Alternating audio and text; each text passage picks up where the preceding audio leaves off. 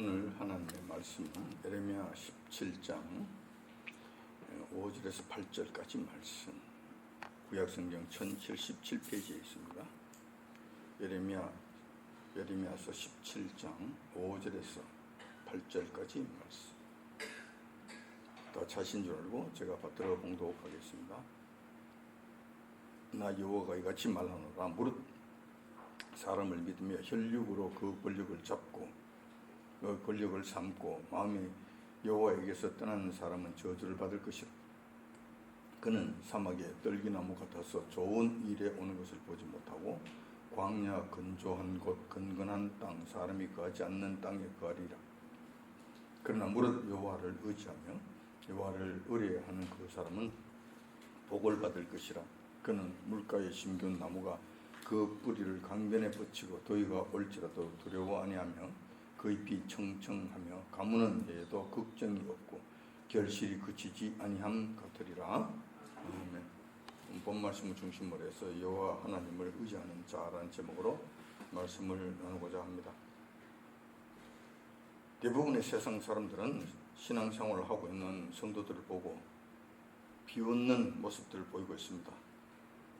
많이 배웠다고 하는 사람일수록 스스로 똑똑하다고 자처하는 사람일수록 또 잘난 체 하는 사람일수록 이러한 현상은 더욱더 두드러지게 나타나는 것을 보게 됩니다. 이렇게 잘난 자들은 열심히 신앙생활하는 성도들을 향해서 이렇게 빈정거립니다. 예수 믿어서 얻는 것이 뭐가 있는가? 신앙생활에서 도움받는 것이 뭐가 있는가? 여기서 나오는 것이 뭐가 있는가? 뭐가 유익하다고 그런 짓들을 하는가?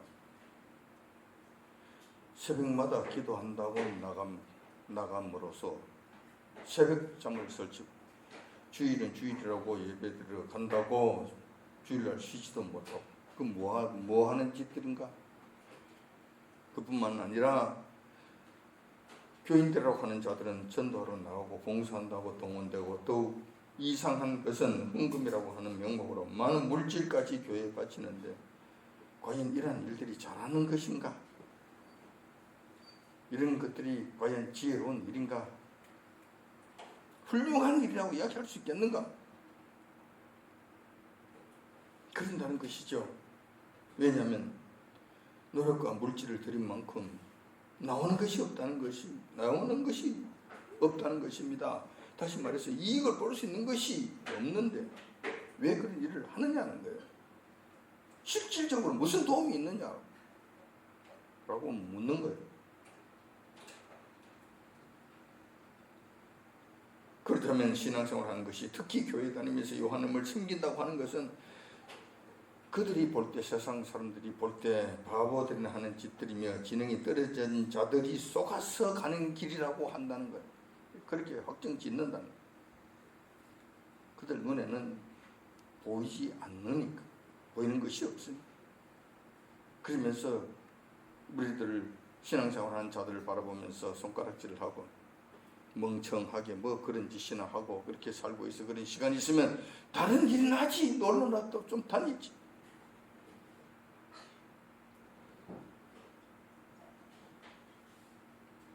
그런데 그들도 한 가지 인정하는 것이 있어요. 그건 무엇이냐면은 세상 사람들 인정하는 것이 한 가지가 있다니까요.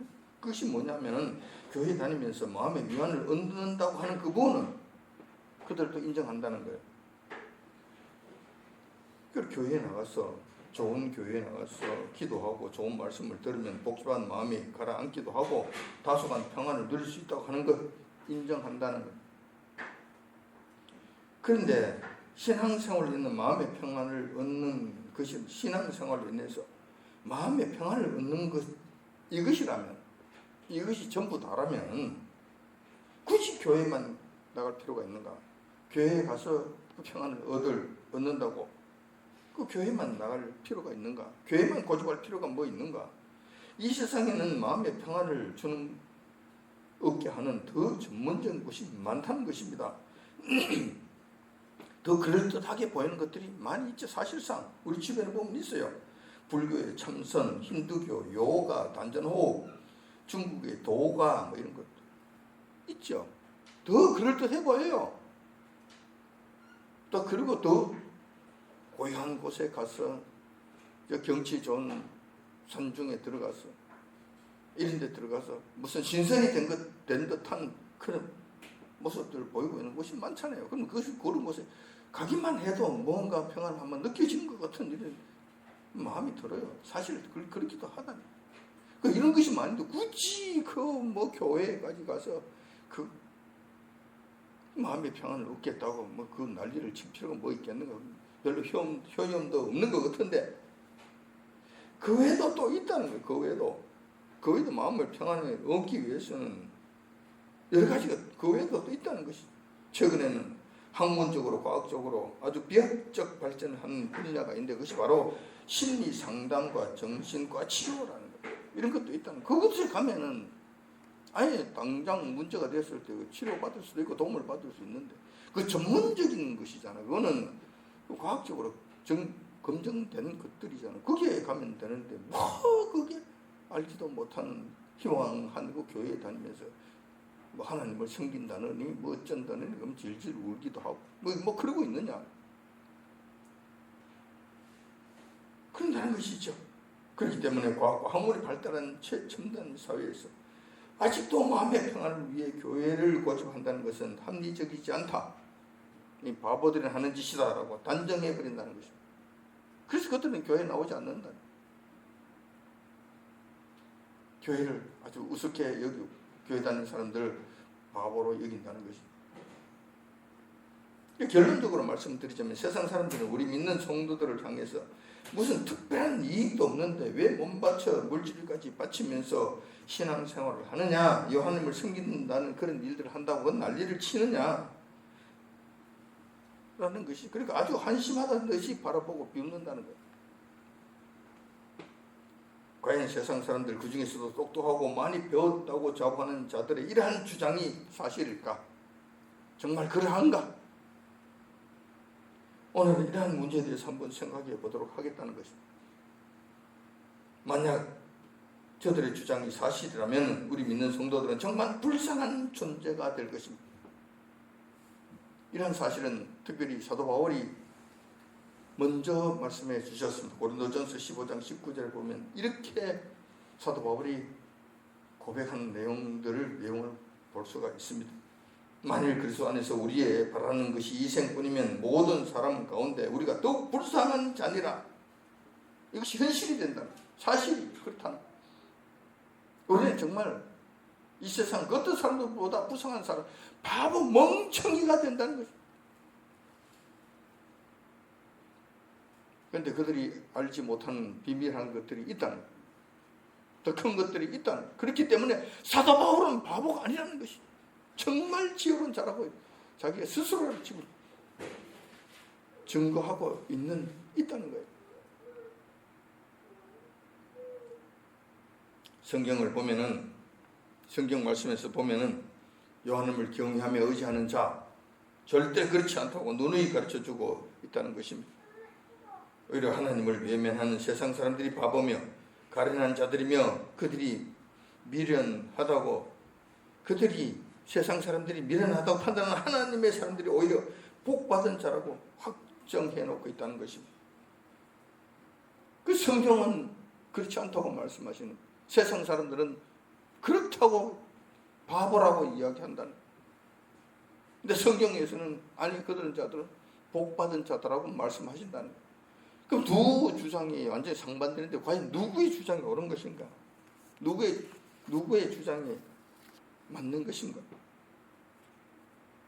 한번 살펴볼 필요가 있다는 것입니다. 오늘은 이런 문제에 대해서 저와 여러분들이 한번 이 문제를 한번 성경 말씀을 중심으로 해서 한번 살펴보자는 것입니다. 세상 돌아가는 이치와 더불어서 한번 확인해 보자는 것입니다. 여호와 하나님을 섬기는 성도들이 받아 누리는 축복은 사실상 우리의 상상을 초월합니다. 교회 다니면서 하나님을 섬기고 가는 것, 우리의 상상을 초월하는 축복이 그건데 일단 크게 나누면 두 가지로 생각할 수가 있는데, 하나는 영적인 축복, 다시 말해서 하늘나라에서 받게 되는 축복이고, 다른 하나는 육신적 축복, 다시 말해서 이 땅에서 받아 누리는 축복, 받아 누리는 물질적 축복이 있다는 거예요. 이 두 가지가 있다. 두 가지가.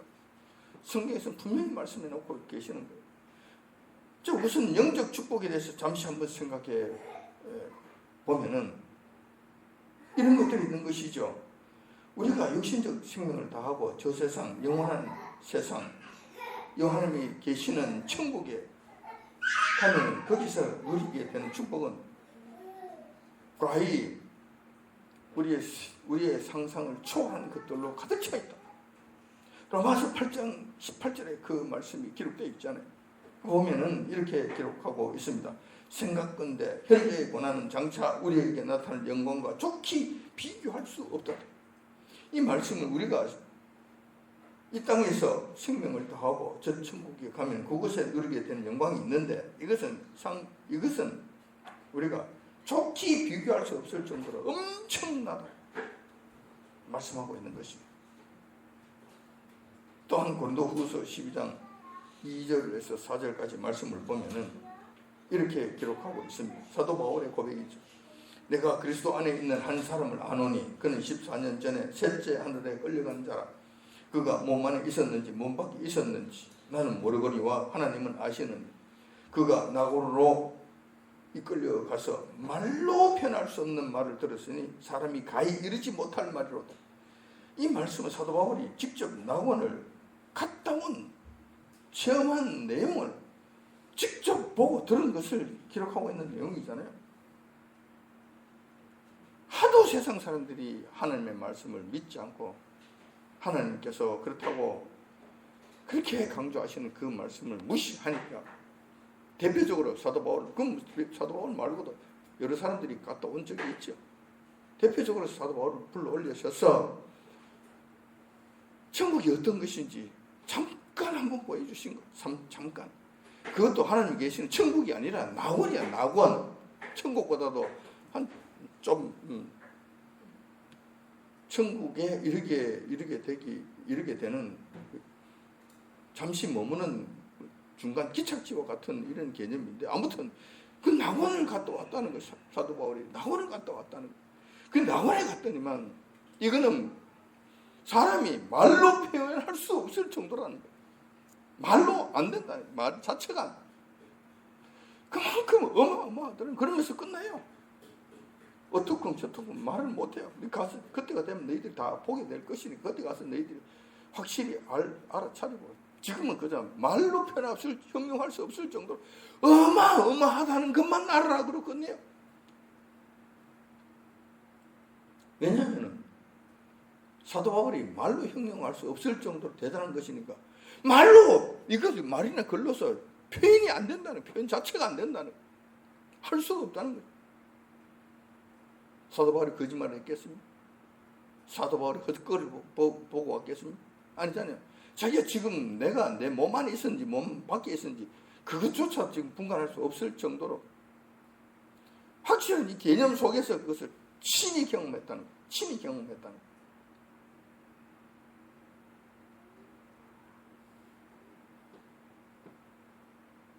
따라서 요한을 믿고 따르는 자가 받을 축복 중에 영적인 축복은 우리의 생각을 초월하는 어마어마한 것들이라고 보면 됩니다. 필설로 설명할 길이 없다. 그냥 입만 딱 벌어지고 그건 끝난다. 더 이상 할 말이 없게 된다는. 자, 이것은 우리가 죽고 난 다음 한 날에 가서 우리가 누리게 되는 축복이에요. 지금 당장은 아니잖아요. 근데 이것은 사도 바울은 직접 보고 갔다 왔기 때문에 이것을 우리에게 이렇게 확신 있게 확실하게 말씀할 수 있지만 대부분의 사람들에게는 이게 보이지 않잖아요. 감춰 놓으셨잖아요. 그러면서 하나님께서 말씀하신 나는 전능자이고 난 너를 사랑하는 자이고 너를 창조한 창조자이시다. 그러니 내가 말하는 것이니까 너 이 사실을 믿어라. 확정지어라. 반드시 그러하니까 확정지어라고 말씀하신 그러면서 우리의 믿음을 요구하시는. 그러니까 세상 사람들은 이게 보이지 않으니까 없다고 그러는 거예요. 뭐가 그런 것이 있느냐고. 죽으면 그뿐이지. 그러고 똑똑한 척 한다는 거예요. 그러니까 그들 눈에는 보이지 않는 거예요. 인정할 수가 없는 거예요. 보이지 않다고 없는 것입니까? 못 본다고 없는 것입니까? 자기들이 체험하지 못했다고 해서 없다고 이야기할 수 있습니까? 누가 바보냐? 누가 지금 멍청한 것이냐는. 그때 가면 하나님께서는 우리의 믿음을 보시고 믿음에 따라서 거기에 대한 상급을 주신다.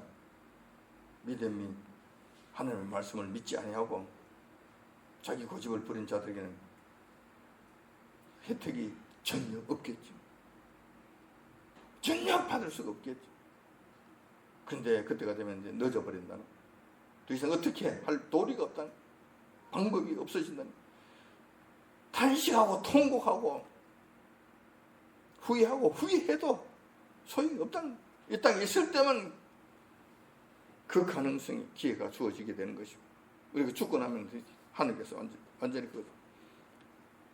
그 기회는 사라지게 된다는 것. 하나님께서 정해놓으신 법칙이에요. 법칙이라는. 그러니까 영적인 축복은 이러한 것들입니다. 그러나 오늘 저와 여러분들이 중점적으로 살펴보고자 하는 것은 영적인 축복의 문제가 아닙니다. 그거는 그렇다 치더라도 이 땅에 사는 날 동안 받고 누리는 육신적 축복, 물질적 축복에 관한 것이라는 것입니다. 이것도 한번 생각해 보자는 거예요. 그런데 오늘 제가 여러분들에게 말씀드리고자 하는 것은 이 부분을 중점적으로 한번 보자는 것입니다. 과연 세상 사람들이 비웃는 그런 일들이 맞는 것인가? 옳은 것인가? 그렇지 않는 것인가? 살펴보자고 한다는 것입니다. 소위 교회 나가면 떡이 나오나 밥이 나오나 하면서 그들이 우리를 바보 취급하는 그들의 소리가 과연 타당한가? 타당하지 아니한가? 알아보자는 것입니다. 타당하다고 한다면 과연 교회 다니면서 신앙생활을 하면 이 땅에서도 떡이 나오고 밥이 나오는가? 과연 그런가? 타당하다면 이 땅에서 신앙생활을 한다면, 하나님을 섬기는 일을 한다면 그곳에 떡이 나오고 밥이 나와야 될 것 아닙니까? 하는 문제, 정말 그런가 안 그런가 한번 확인해 보자는 것입니다. 오늘 본 말씀에 보니까 시편 1편 같은 말씀이 나옵니다. 무릇 하나님을 의지하며 여호와를 의뢰하는 그 사람 복을 받을 것이라. 그는 물가에 심겨온 나무가 그 뿌리를 강변에 뻗치고 더위가 올지라도 두려워 아니하며 그 잎이 청청하며 가무는 해도 걱정이 없고 결실이 그치지 아니함 같으리라. 시편 1편에 있는 말씀 그대로잖아. 그대로 같은 말씀이죠. 하나님 말씀 변개치 않습니다. 다르지 않아요. 그때 그 말씀은 이때 이 말씀입니다. 동일한 하나님의 말씀이라는 거예요. 근데 오늘 방금 봉독해드렸던 이 말씀은 하나님을 의지하는 자는 저 세상이 아닌 이 땅에서 복을 받는다는 거예요. 그래서 이 천국에 관한 말씀이 아니라 이 말씀은, 방금 봉독했던 이 말씀은 이 땅에서 받아 누리는 하나님의 축복이라는 거예요. 하나님의 축복. 물가에 심은 나무 그 뿌리를 강변에 뻗치고 더위가 올지라 두려워 아니하면, 이게 모든 것이 하늘나라에서 있는 일입니까? 이 땅에서 이루어지는 일입니까? 이 땅에서 이루어지는 일이잖아요. 그래서 더위가 올지라도 두려워하지 아니하고 잎이 청청하고 가무는 때에도 결실이 그치지 아니하는 이런 축복을 누린다. 이게 하늘에서 일어나는 것이 아니라 이 땅에서 일어나는 일이라니까. 이 땅에서 하나님께서 약속하시는 이 땅의 육신적, 물질적 축복이라는 것입니다. 한 여호와님께서 예레미야 선지자를 통해서 직접 말씀하신 것이 시편 1편에 나오는 말씀이니까 반드시 그대로 이루어질 것입니다. 이 말씀은 무릇 여호와를 의지하며 여호와를 의뢰하는 그 사람은 복을 받을 것인데, 어떤 복이냐 하면은 그런 자는 물가에 심겨온 나무와 같다는 것입니다. 그런 나무는 당연히 그 뿌리가 강변에까지 뻗치게 되고 그렇게 되면 엄청난 특혜를 누리게 된다는. 이 세상 사는 것이 만만합니까?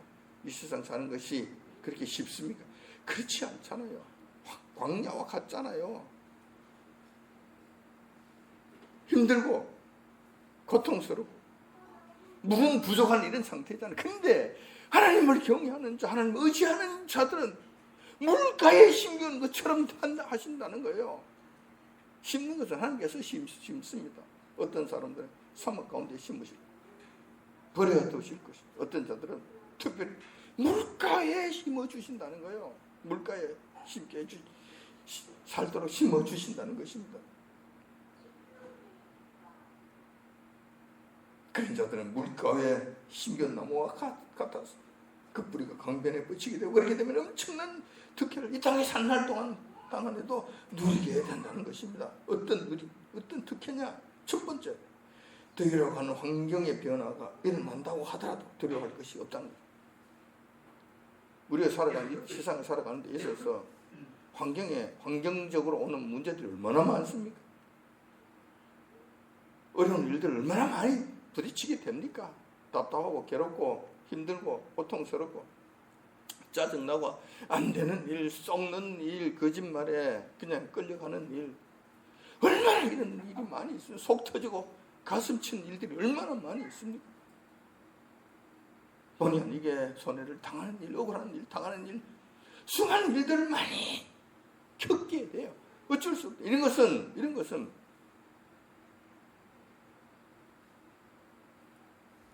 이 세상, 광야와 같은 이 세상에 살아가기 때문에 어쩔 수 없이 당하는 일들이라는 거예요.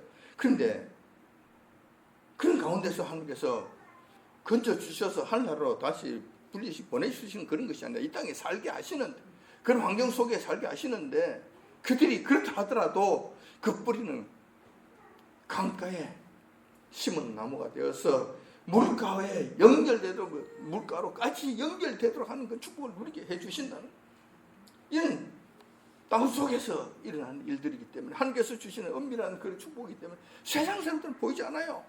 뿌리가 강가에 뻗쳐져 있는지 연결되어 있는지 없는지 모른다니. 그 뿌리가 요 하나님의 무한정한 공급을 받는 하나님과 관계 속에서 이게 연결되어 있다는 거예요. 이 세상은 공중 권세 잡은 사탄 마귀가 장악하고 있기 때문에 갈등과 다툼, 싸움과 전쟁 끊일 날이 없습니다. 이 가운데서 우리 선한 하나님의 백성들은 살아가야 한다는 거예요. 그래서 이 세상을 살아가기가 힘들고 상황은 점점 더 험악해지고 있습니다. 나무가 생존하는데 절대적으로 필요한 물은 구할 수도 없고, 조금 있는 것은 엄청난 악의 다툼 속에서 힘이 없는 서민들에게는 돌아올 것이 없는, 차지할 것이 없다는, 그래서 많은 백성들 악의 다툼 속에서 그냥 고통 속에서 쓰러져 가고 죽어가고 있다는 거예요. 하지만 여호와님을 의지하는 자는 그 뿌리를 강가에 닿게 해주심으로 가뭄 때문에 두려워하거나 물 때문에 걱정할 일이 없게 된다는 거예요.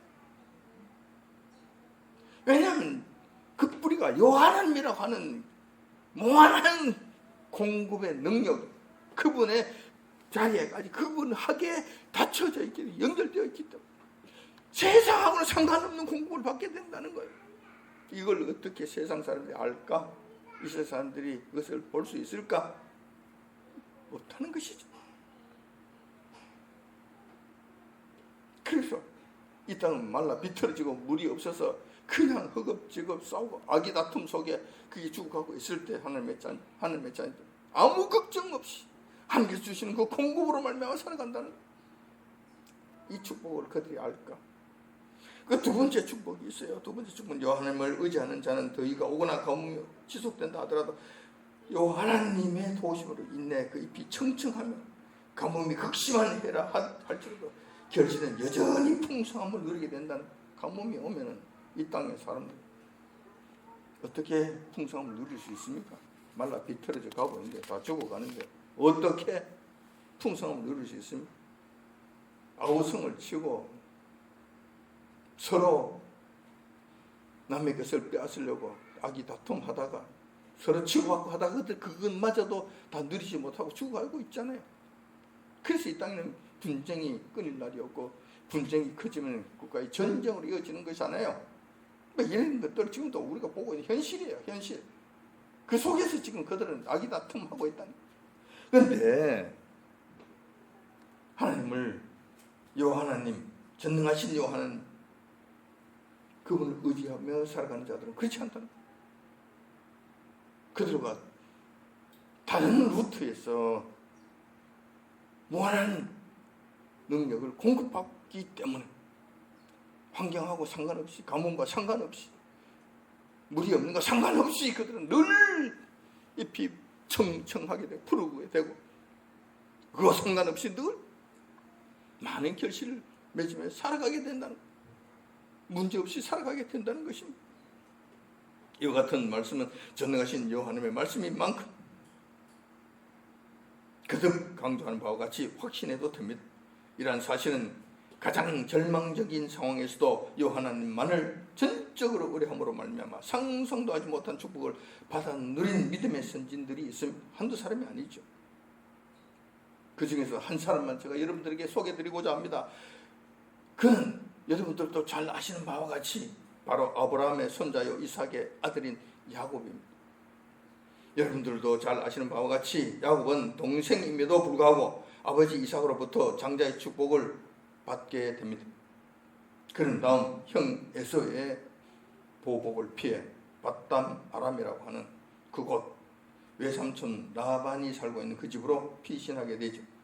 그곳 외삼촌의 집에서 20여 년 동안 죽을 고생을 하다가 하나님의 은혜로 고향으로 돌아오게 됩니다. 야곱은 20여 년 동안 죽을 고생을 했지만 이 하나님의 축복으로 많은 재물을 얻게 됩니다. 그 기간 동안 레아와 라헬이라고 하는 두 명의 아내를 얻게 되었고 11명의 아들들을 얻게 됐습니다. 그 외에도 수많은 가축들과 노비들까지 얻게 됩니다. 상당히 큰 부자가 되어서 나오게 됩니다. 그러나 문제는 약복강가에 왔을 때 생깁니다. 약복강을 건너서 아버지가 사는 이삭이 사는 아버지의 고향으로 돌아가야 되는, 그곳으로 아버지를 만나러 가야 되는. 약복강 건너편에 그가 평소에 그렇게 무서워하던 형 에서가 병사 400여 명을 데리고 와서 야곱을 기다리고 있다는 거예요. 뭐 때문에 기다리겠습니까? 자기 할 일을 내버려 두고 왜 400명이나 되는 병사를 끌고 거기에 왔겠느냐 말이에요. 야곱, 너는 이제 내 만나면 넌 죽는 줄 알아. 가만 안 내버려 둘게. 내가 그냥 안 내버려 둔다. 너 내 장자권을 네가 도적질해 갖지 않았느냐. 사실 도적질 한 것이 아니라 지가 팔아먹었잖아.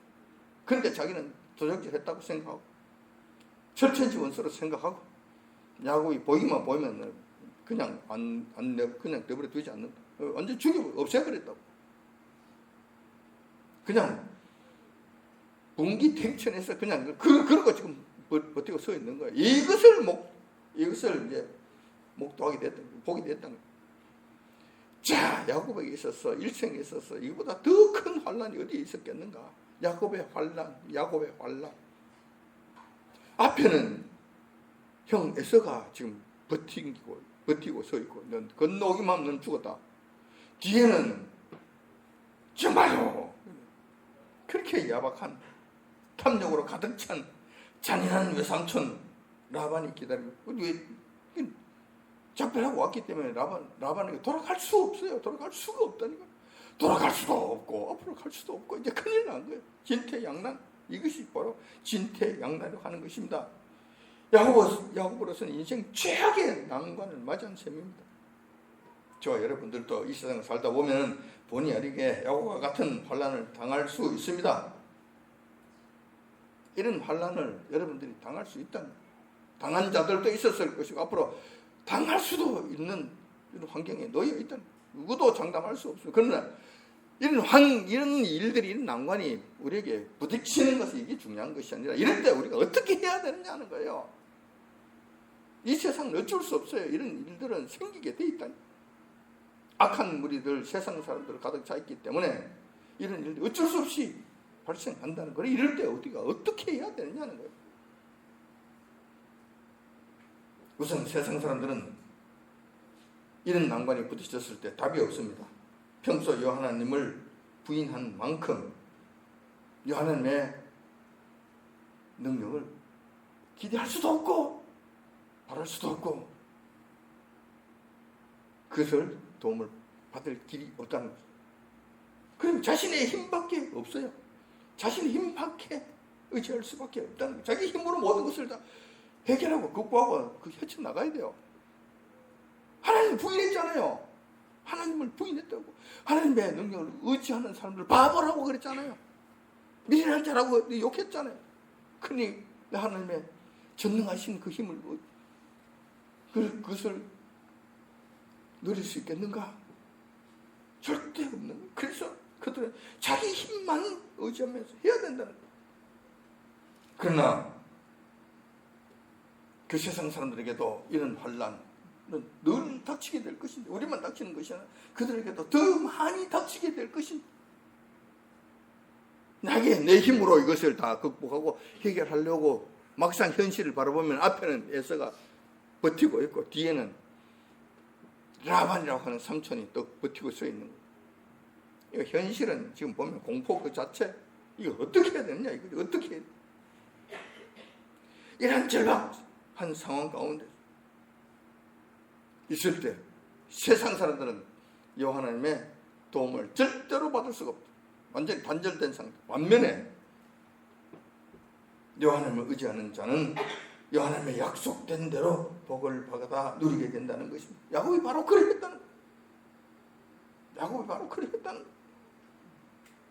야곱은 가족들과 모든 소유를 야복강을 먼저 건너게 한 다음 보내고 난 다음에 홀로 강가에 남게 됩니다.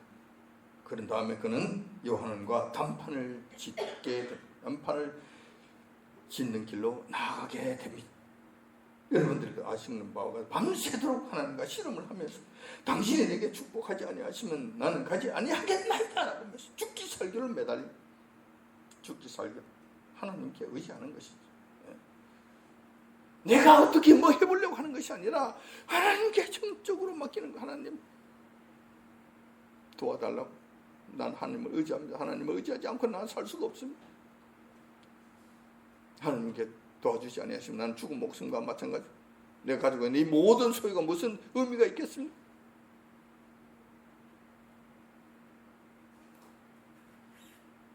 한도뼈가 부러지면서까지 하나님과 씨름을 하게 됩니다.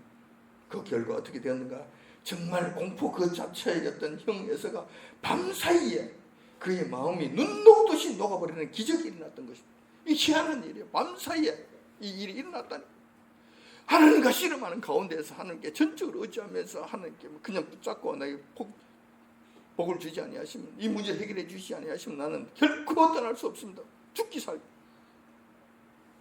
그때 그랬더니만 하나님께서 밤사이에 그 살벌한 에서의 마음을 눈 녹듯이 녹아버리게 하셨다. 완전히 다른 사람을 만들어 주셨다는 거예요. 이거는 기적입니다. 기적. 이러한 일은 요한만이 하실 수 있는 일이며 요한만을 의지하는 자에게 베풀으신 하나님의 축복이라는 것입니다. 약속하신 그대로 이루어지는 축복이라는 것입니다. 이 극적인 장면은 창세기 33장 3절 4절에 잘 기록되어 있습니다. 야곱이 몸을 7번 땅에 굽히며 그 형 에서에게 가까이 하니 에서가 달려와서 그를 맞이하여 안고 목을 어긋 맡기고 그와 입 맞추고 피차오니라. 우리가 평생 살아가면서 여러분들을 어려운 일을 당한다 하더라도 이때 야곱이 당한 환난만큼 되겠는가? 근데 이렇게 큰 환난을 하더라도 야곱처럼 이렇게 극적으로 여러분들 문제가 해결되는 일들을 여러분들 누릴 수 있겠는가? 예, 누릴 수 있습니다. 얼마든지 누릴 수 있습니다. 야곱이 누렸던 것과 똑같은 방식 여러분들이 얼마든지 누릴 수 있다. 왜냐하면 하나님께서 약속하신 말씀이기 때문에 그러하다. 이것은 지어낸 말이라고. 아니요. 역사 속에서 실질적으로 있었던 사건입니다. 그리고 이러한 사건이, 비슷한 사건은 지금도 이 땅을 살아가는 수많은 하나님의 사람들 속에서, 믿음의 사람들 속에서 수시로 일어나고 있는, 반복적으로 일어나고 있는 하나님의 역사이시다. 하나님을 의지하는 자에게 주신 하나님의 축복이 지금도 반복적으로 그들이 일어나고 있다는 사실을 여러분들 잊지 마시기 바랍니다. 그러다 우리 믿는 하나님의 백성들도 요 하나님을 전격적으로 어려워할 때 야곱에게 내려주신 우리 인간의 생각과 누르는 불가능한 축복을 내려주신다는 사실입니다. 이러한 일들은 우리가 신앙생활을 하면서 요 하나님과의 인격적인 관계를 통해서 직접 경험하시기 바랍니다. 성경에 있는 말씀이 그러네, 참 좋았겠다, 대단했겠네, 그러지 마시라고. 그 남의 일로 이야기하지 마시고, 그것도 여러분들이 받아서 여러분들의 확신으로 가져가는 것, 지식으로, 믿음으로 가져가시는 필요합니다. 그러나 제가 여러분들에게 지금 이 시간 강조드리고 싶은 말씀은, 수상적으로 생각만 하지 말고, 또한 남이 경험한 하나님의 축복의 사례를 듣는 것으로만 끝내지 말고 직접 경험하시라는 것입니다. 직접 경험하시면 크고 작은 일, 야곱처럼 이렇게 큰 일 아니다 하더라도, 야곱처럼 이렇게 극적인 반전이 일어나지 않는다 하더라도 작은 일에서부터 여러분 경험하십시오. 하나님의 도우심, 하나님을 의지했을 때 하나님께 도와주시는 일들이 어떻게 되는 것인지, 하나님께서 어떻게 풀어주시는 것인지, 어떻게 이것이 정리해 주시는지 여러분 직접 경험해 보시라고. 하나님과의 관계 속에서 직접 경험하시라고. 그래서 여러분들이 살아계신 요 하나님을 정말 확인하시고, 또 그분께 나아가 의뢰하는 당신의 백성들에게 하나님께서 아픔과 고통을 외면하지 아니하시며 친히 건져주시는 분이시라는 사실을 여러분들이 경험을 통해서 실제로 확정하시기 바라겠습니다. 그래서 여러분들 것으로 가져가시기 바라겠습니다.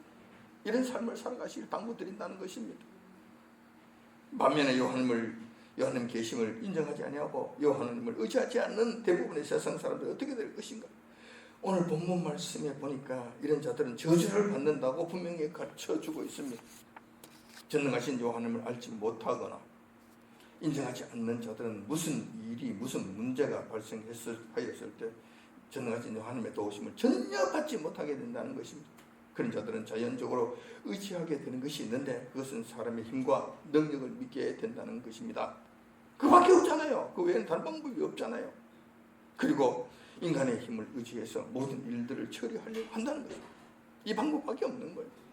그렇게 하면 세상 일을 잘 해결하고 성공하며 알뜰하게 이익을 챙기며 형통하게 지는 것 같지만 사실은 그 정반대가 된다. 하나님의 도우심이 없이는 그들이 잘 되는 것이지만 절대로 잘 되는 것이 아니라는 거예요. 그런 자들은 사막에 떨기 나무 같아서 좋은 일이 그들에게 오는 것을 보지 못하며 광야의 건조한 곳, 물이라고는 찾아올 수 없는 불모지에 내동댕이 쳐지게 되며 나아가서 사람이 살 수 없는 곳으로 쫓겨나게 된다는 것입니다. 결국은 그들의 환경에 연락함으로 인해서 이 땅에서도 생명을 유지할 수 없는 고생만 하다가 죽음에 이르는 지경에 이르게 된다는 것입니다. 이렇게 되는 것이 결국 하나님을 외면하고 의지하지 않는 자들이 가진 그들의 죄의 결과라는 것입니다. 성경의 역사를 보면 하나님을 떠난 자들이 받는 저주의 사건이 있습니다. 여호수아 당시에 가나안 땅에 살던 그 주민들이었던 가나안 족속들이 바로 그런 자들이었다는 것입니다. 여러분 성경 말씀을 통하여 이건 잘 알고 있는 내용이잖아요. 출애굽한 이스라엘 백성들이 가데스 바네아에 이르러서 요한의 특별한 제시를 받게 되죠. 약속의 땅 가나안 땅을 점령하기 전에 정탐꾼을 보내서 가나안 땅의 사전 탐지하도록 명하셨던 것입니다. 그 결과 10명의 정탐꾼들은 가나안 땅 거민들이 몸집이 크고 그들이 살고 있는 성이 너무나 견고하기 때문에 우리가 쳐들어가다가는 몰살당하게 된다고 아주 부정적인 보고를 합니다. 반면에 여호수아와 갈렙 이 두 사람만큼은 가나안 땅 거민들의 실질적인 상태를 정확하게 보고 이스라엘 백성들에게 바르게 보고를 합니다. 그 장면이 민수기 14장 9절에 잘 나타나고 있죠. 그 내용을 보면 오직 여호와를 거역하지 말라, 또 그 땅 백성들을 두려워하지 말라, 그들은 우리의 밥이라, 그들의 보호자는 그들에게서 떠났고 여호와는 우리와 함께 하시느니라. 정확하게 본 거예요. 정확하게 본 거예요. 이 말의 핵심은 이겁니다.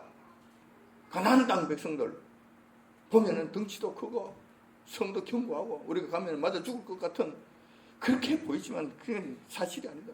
그건 헛상들이다. 거기에는 그들은 여호와님을 의지하지 아니한다. 그래서 여호와님이 없다.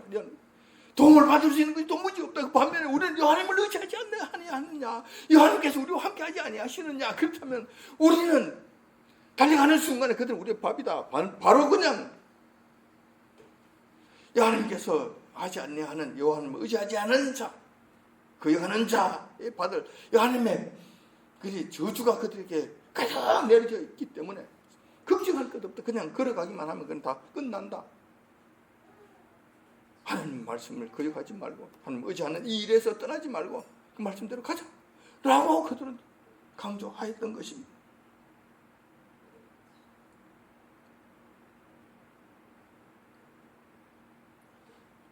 그 결과 어떻게 되었습니까? 그 당시는 아니지만 여호수아에 의한 가나안 정복 전쟁이 일어났을 때 그 거대하다고 생각했던 가나안 족속들이 어떻게 되었습니까? 이스라엘 백성들에 의해서 진멸당하는 비참한 결과가 되지 않았습니까? 그대로 됐다. 하나님을 의지하지 아니하고 자기들의 힘만을 고집하는 자들에게 있어서 나타나게 되는 저주가 그렇게 이어지게 된다는 것입니다. 오늘은 우리가 이 세상을 살면서 하나님을 의지하면서 살아가는 삶의 축복이 어떠한 것인가, 또한 수없이 부딪히게 되는 이 현실적인 문제 해결과 관련해서 한번 말씀을 드려보았습니다. 세상 사람들은 하나님을 섬기는 신앙생활은 아무런 도움이 되지 않는 어리석은 일이라고 조롱하고 있지만, 오히려 어리석은 자들은 하나님을 인정하지 않고 그분을 의뢰하지 않는 자들이라는 사실을 확인하게 되었습니다. 여호와를 의지하면서 살아갈 때 이 땅에서 발생하는 수많은 문제들, 갈등들도 하나님으로 말미암는 문제 해결을 통해서 복을 받게 된다는 것입니다. 불가능한 것 같은데 에서의 마음이 하루 저녁에 바뀌는 것처럼, 눈 녹듯이 눕게 하시는 것처럼 여호와께서 얼마든지 하실 수 있다는 거예요. 얼마든지 하실 수 있다는 거예요. 마치 우물가에 심은 나무와 같아서 어떤 가뭄과 기근이 온다 하더라도 잎이 늘 푸르고 좋은 열매를 많이 맺는 축복을 누리게 된다는 것입니다. 이런 하나님의 약속 말씀을 다시 한 번 더 가슴에 새기면서 환난과 역경이 끊이지 않는 이 험한 세상 가운데서도 날마다 푸르며 많은 열매 맺는 우리 주님의 축복을 누리며 또한 형통함의 축복까지 누리는 저와 여러분들이 다 되시고 아침 주님의 이름으로 축원드립니다. 아멘. 기도하겠습니다.